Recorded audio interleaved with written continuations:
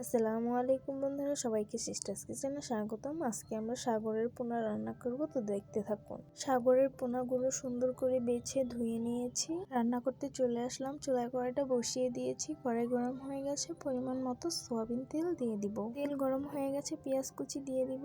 পেঁয়াজগুলো brown colour করে নিয়েছি। আদা রসুন বাটা দিয়ে দিব, পরিমাণ মতো লবণ দিয়ে দিব, সামান্য একটু পানি দিয়ে দিব, হলুদ মরিচ গুঁড়ো দিয়ে দিব, কয়েকটা কাঁচামরিচ দিয়ে মশলাগুলো ভালোভাবে কষিয়ে নিব।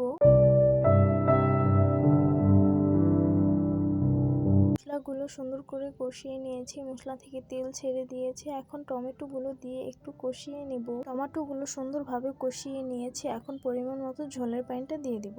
আমাদের তরকারিটা বলক এসে পড়েছে। এখন ধুয়ে রাখা পোনাগুলো দিয়ে দিব।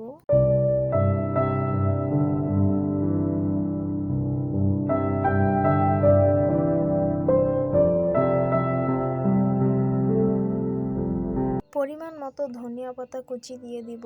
পোনা মাছগুলো পুরো করে নিয়েছি। এখন নামিয়ে পরিবেশন করে নিব। তো গরম গরম পোনা মাছের চচ্চড়িটা পরিবেশন করে নিলাম। দেখতে খুবই লোভনীয় লাগছে আর খেতে খুবই সুস্বাদু লাগে পোনা মাছের চচ্চড়ি। আমাদের নতুন নতুন রান্নার রেসিপির ভিডিও দেখতে চাইলে আমাদের পাশেই থাকবেন। সবাই ভালো থাকবেন, সুস্থ থাকবেন, আর সিস্টার্স কিচেনের সাথেই থাকবেন। আল্লাহ হাফেজ।